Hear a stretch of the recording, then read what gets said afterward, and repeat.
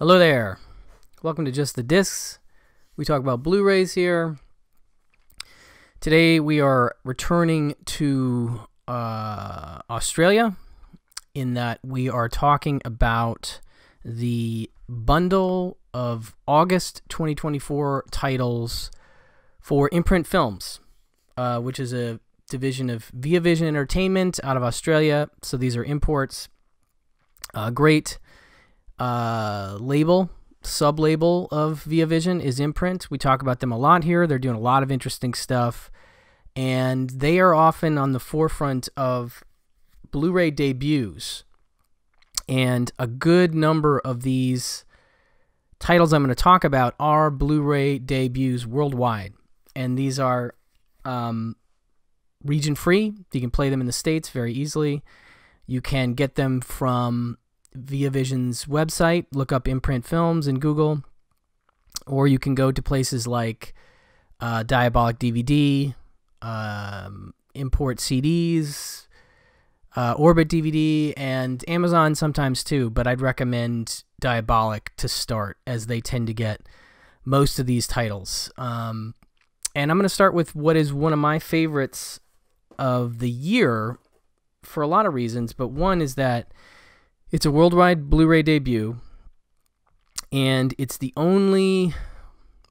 one of the only golf noir films that I know of. It's a movie called Banning, and it's from 1967.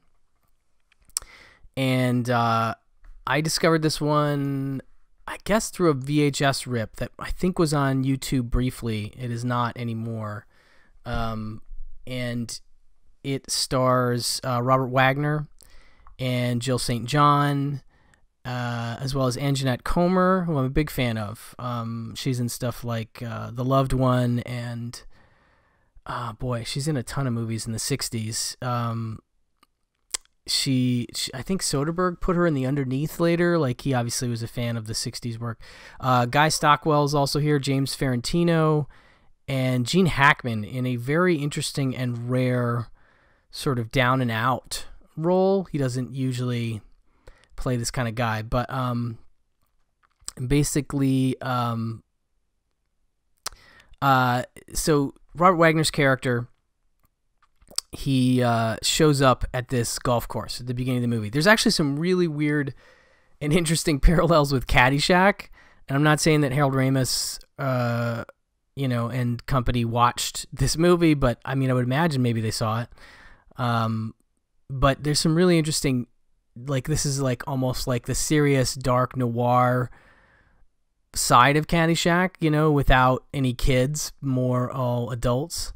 So anyway, Banning shows up.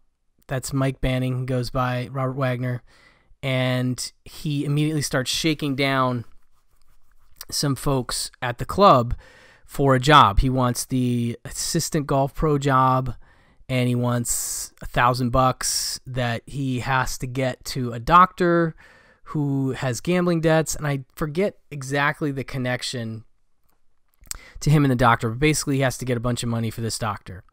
And so immediately things are off to like a grumpy start. Everybody's grumpy, everybody's rich and unhappy.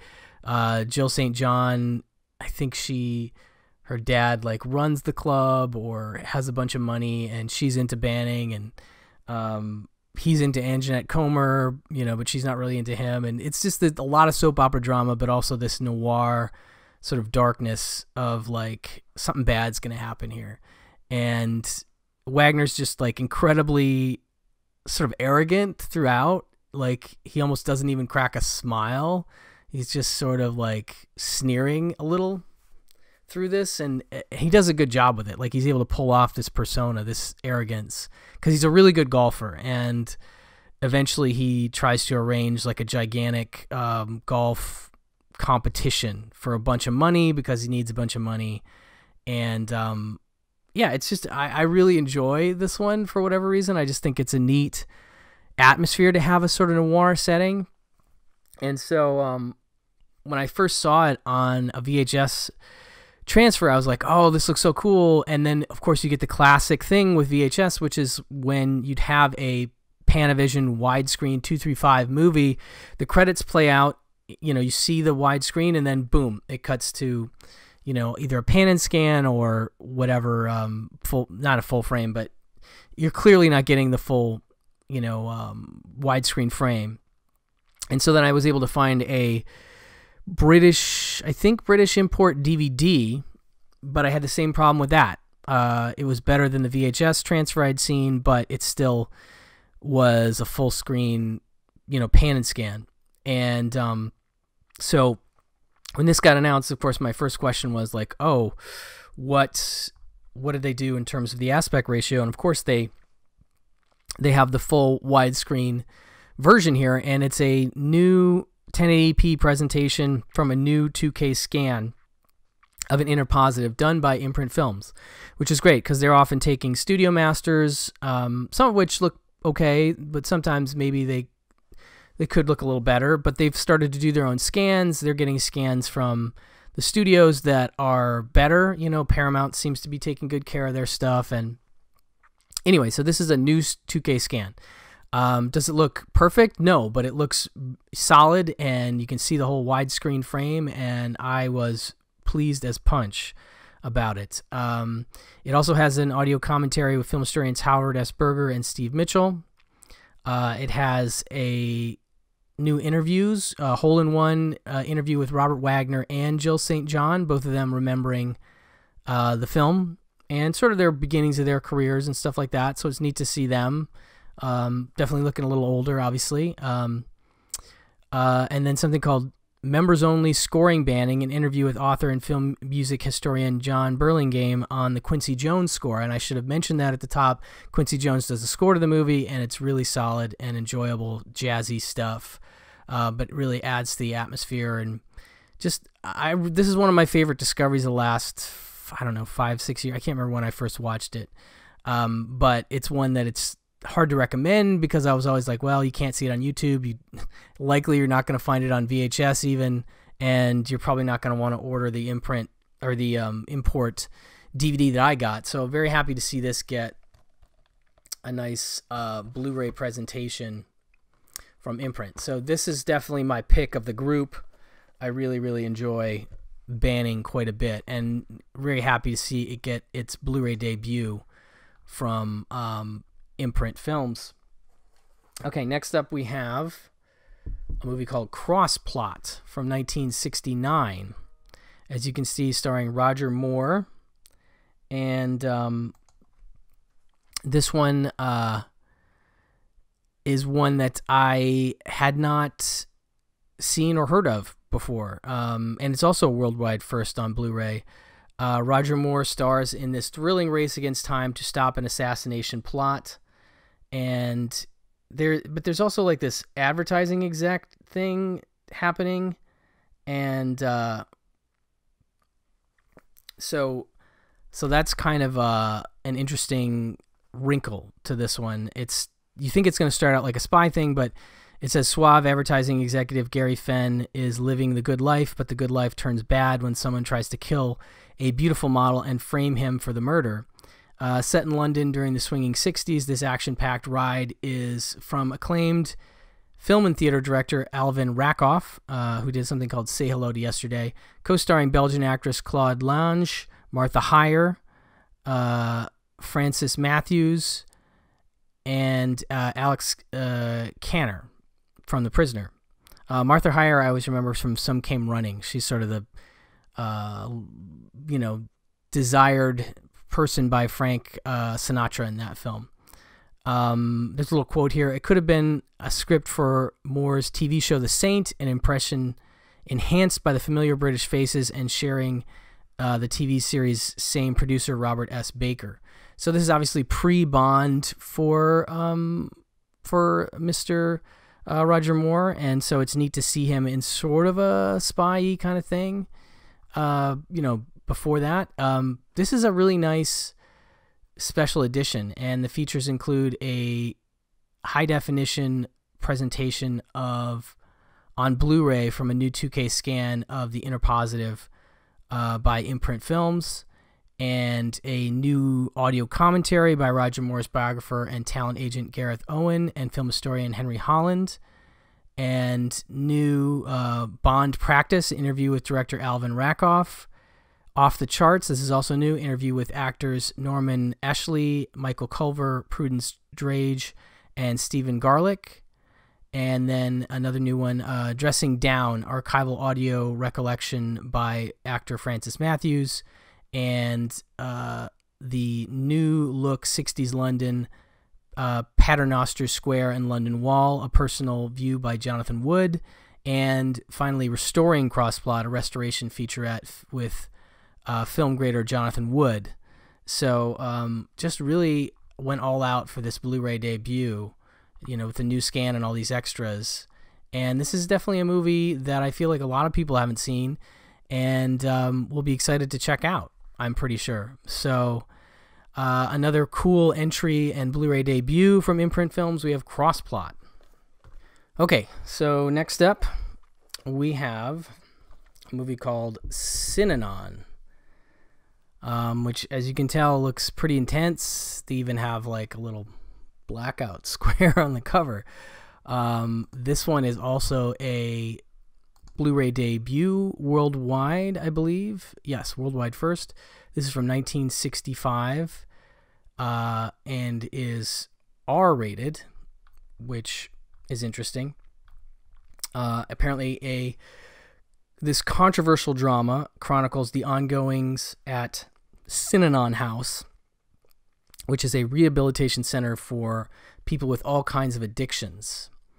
And it starring award-winning actors Edmund O'Brien, Chuck Connors, Stella Stevens, and Alex Cord, and featuring an electric performance from beloved musician actress Eartha Kitt, which is very cool, and I'm very much looking forward to. Directed by prolific filmmaker Richard Quine, who I'm also like a really big fan of Richard Quine's films. He is one of those directors that I feel like doesn't get talked about like almost at all. And so, when you think about, maybe his most beloved stuff, like Bell Book and Candle, is one of my favorites, with Kim Novak and Jimmy Stewart. That's Richard Quine. Paris When It Sizzles. There's a movie called Pushover, a film noir that was part of an Indicator noir box set, and it's one of my favorite sort of noir discoveries of the last 5-6 years for me. Strangers When We Meet, Drive a Crooked Road. That's another one I remember from an Indicator Blu-ray set. He did a movie called Hotel with Rod Taylor that I'm actually really partial to, that I don't think has a Blu-ray yet. I think it just has a Warner Archive DVD. But anyway, I like his stuff, and so he's a little overlooked as far as I'm concerned. But yeah, Synanon is one of his films I haven't heard of, and that cast is really incredible. Alejandro Rey is also in there as well, and it just intrigues me. It's really underseen on Letterboxd, although not necessarily everybody loves it. But I'm curious, as a Richard Quine completist, to want to check this one out for sure. A quote from the New York Times: "Arresting and informative, Mr. Quine and his troupe achieved authenticity and a documentary quality simply by filming their story at the actual Synanon house." So that's cool. These are limited editions, I should mention. I think they're 1,500 copies only each. So keep that in mind. If you are interested in any of these, as I like to say, don't hesitate. You never know. I'm guessing a lot of this stuff will be around for a little bit, but banning especially, you got to pick it up. But yeah, so this is from 1965, and I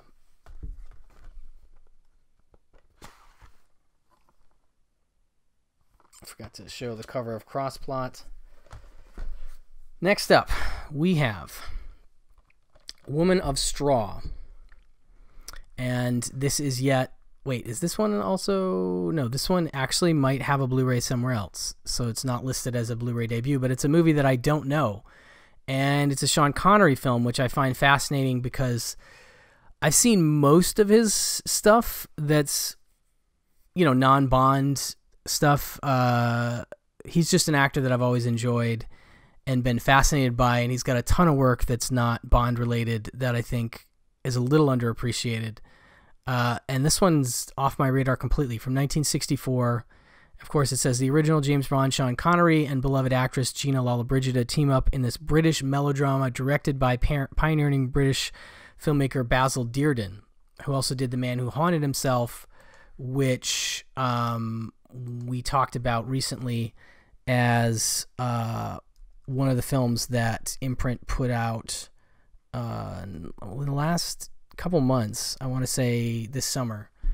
And Basil Dearden, really a fascinating filmmaker that I think, well, I'd known him from Dead of Night, but I think Edgar Wright kind of put me on him a little bit with, there's a great episode of the Empire podcast, I think I've talked about it here before, where it's Edgar and Tarantino guesting on the Empire podcast, and they're talking about a list of films that Edgar got from Martin Scorsese during the pandemic, a list of Scorsese's favorite, I think it was like underrated British films or just favorite British films, I don't know.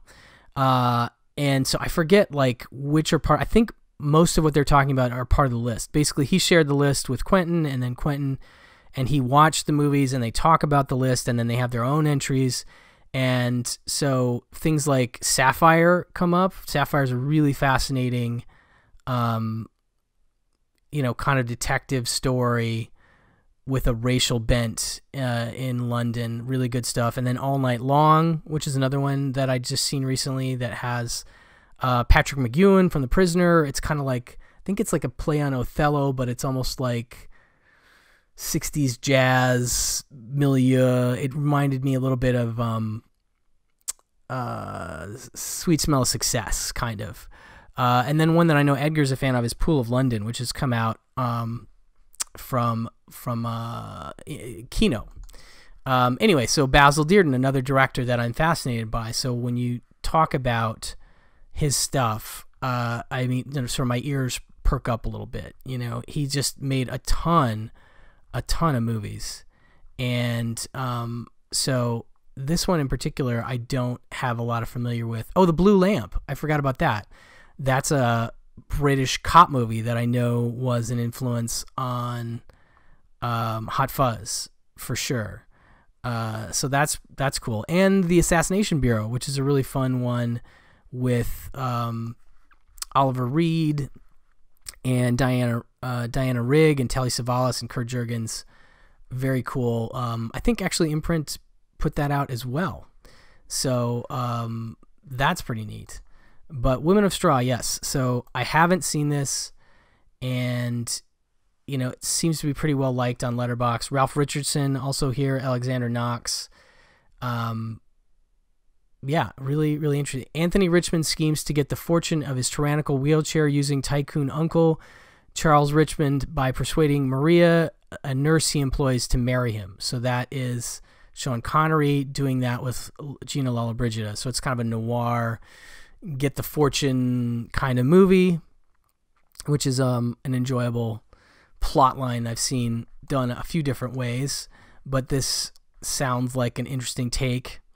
It says, from the Academy Award nominated writer behind the blockbuster hits Firestarter and Conan the Destroyer, Stanley Mann, and adapted from the 1954 novel La Femme de Paille, Catherine Arley, Woman of Straw, was nominated for Best Costume at the BAFTA 1956. So that's cool. This has a new audio commentary from film historians Lee Pfeiffer, Tony Latino, and Paul Scrabo, and a new video essay by Kat Ellinger, A Touch of Class, Gina Lollobrigida, and Woman of Straw, as well as Man of Props, interview with prop man Dickie Bamber. That's all new stuff added to this disc, another limited edition, 1,500 copies. So very cool stuff for Connery fans. He's right in that, and they're definitely trying to sell it that way. I mean, this is right around Dr. No times, right? So he's looking very Bondy in this movie. So definitely curious because of the Basil Dearden of it and the Connery of it. That's Woman of Straw. Nextly, we have a movie called Jessica. And this is also interesting because, first off, it's another worldwide Blu-ray debut. It's from 1962.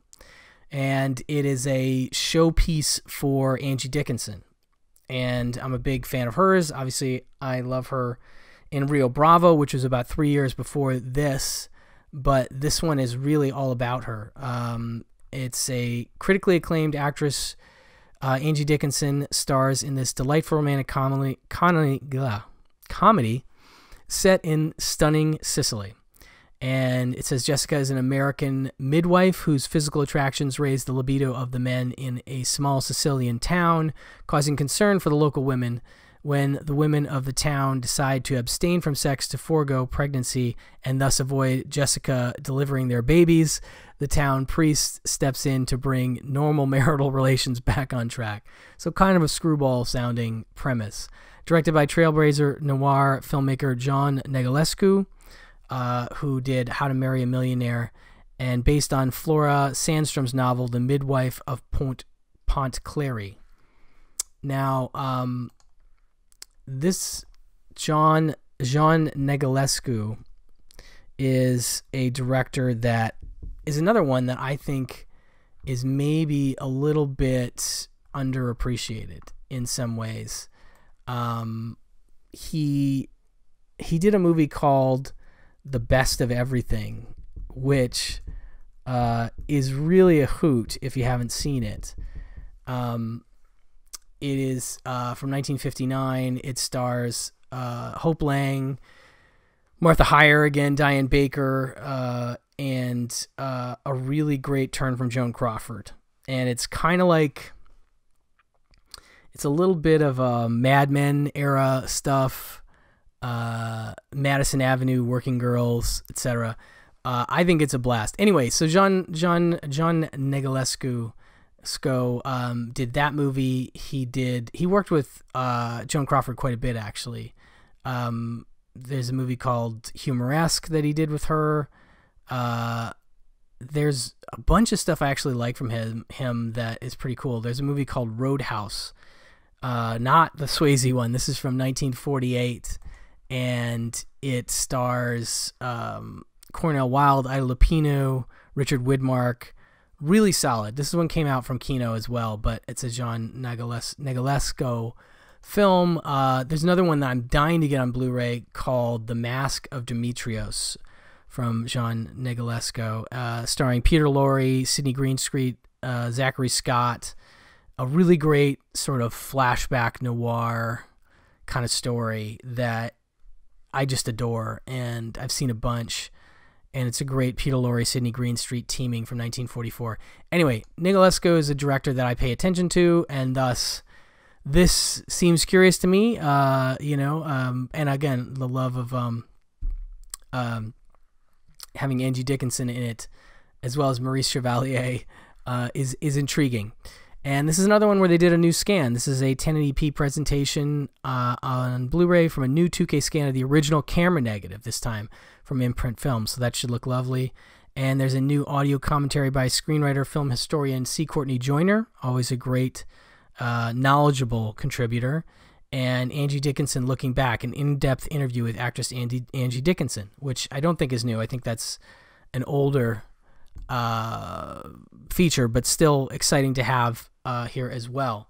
So that is Jessica from 1962, worldwide Blu-ray debut. And lastly, in terms of the single disc, we have The Taming of the Shrew. And this one also, I believe, has a Blu-ray somewhere in the world, as it's not listed as a... Oh, no, it is. I'm sorry, my bad. I retract. Worldwide first on Blu-ray. So Jessica, I think, was the only... No. Was it Woman of Straw was the only one that already had a Blu-ray. Everything else is a Blu-ray debut. So this is from 1967. As you can see, it stars Liz Taylor alongside Richard Burton, but also stars Cyril Cusack, Michael Hordem, and Michael York. And it says, Petruccio, a poverty-stricken gentleman from Verona, journeys to Padua in search of a wealthy wife. There he marries the fiery Caterina, a self-willed shrew who is determined to maintain her independence as Petruchio attempts to, quote, tame her. Legendary director Franco Zeffirelli adapted this classic William Shakespeare comedy to overwhelming critical and commercial success, nominated for 2 Academy Awards and 2 BAFTAs.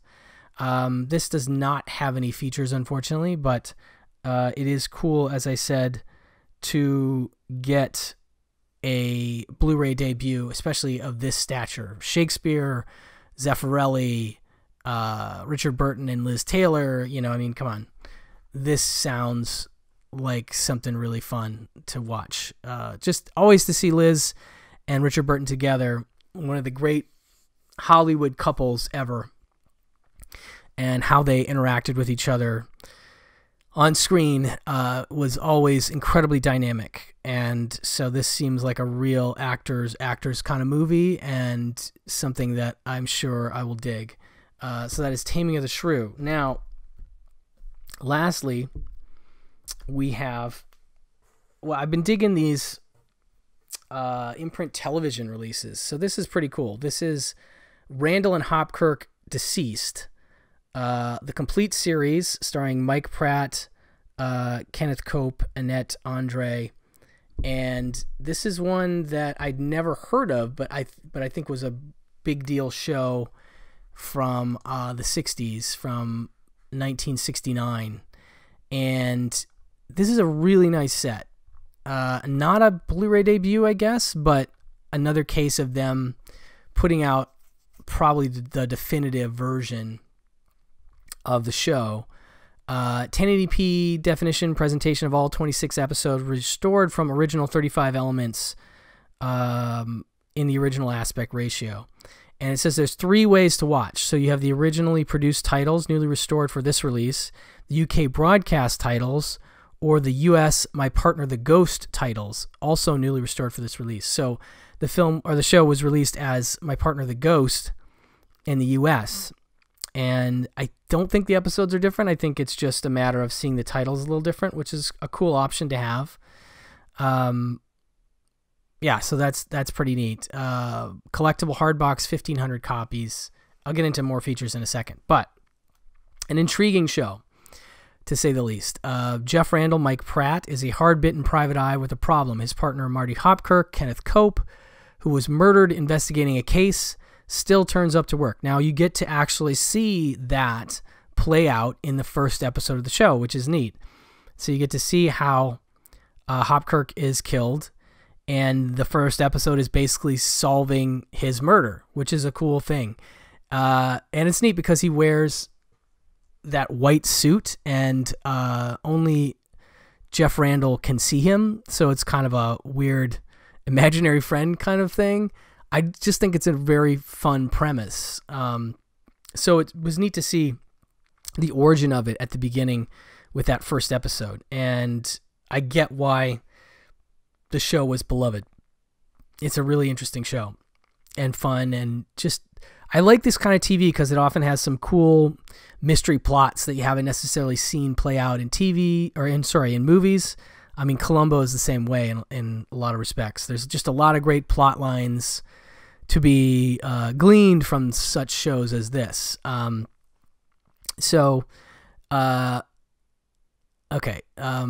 Only Jeff can see the earthbound ghost, and while having a partner who can watch without being seen, transplant himself from one place to another, or summon help is an unfair advantage, Marty can be a somewhat cowardly specter, often landing Jeff in trouble with the law, which I think is a nice twist to this idea.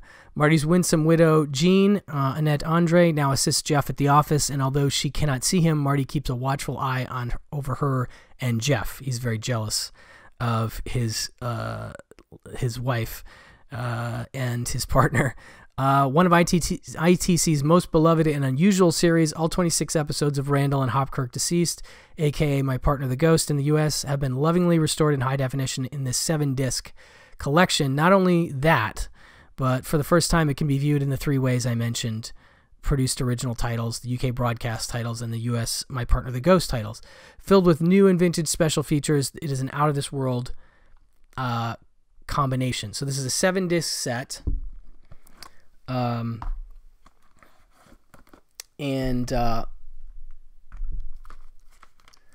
you have multiple discs in each of these cases, and on top of that, put this here for now, we also have a really nice book.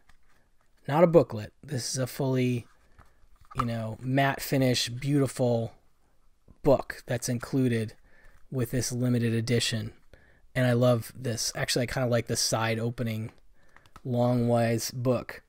So it's a 120-page collectible book. They call it a booklet. I think it's a book.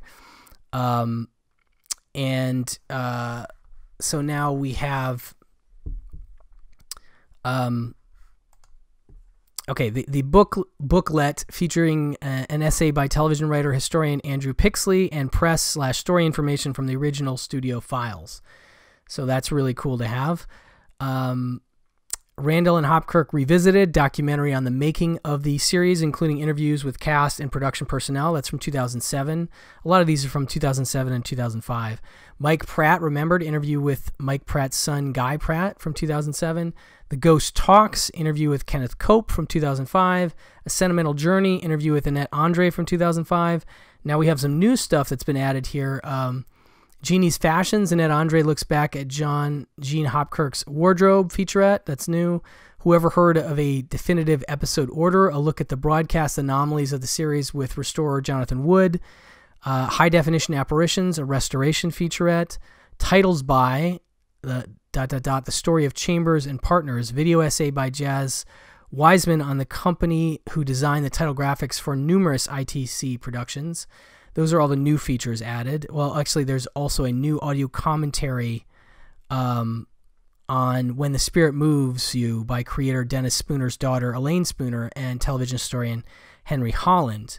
But there is a ton more stuff here. We have filmed introduction to The Ghost Talks by Kenneth Cope from 2005. Film introduction to Who Killed Cock Robin by guest actress Jane Merrow from 2024.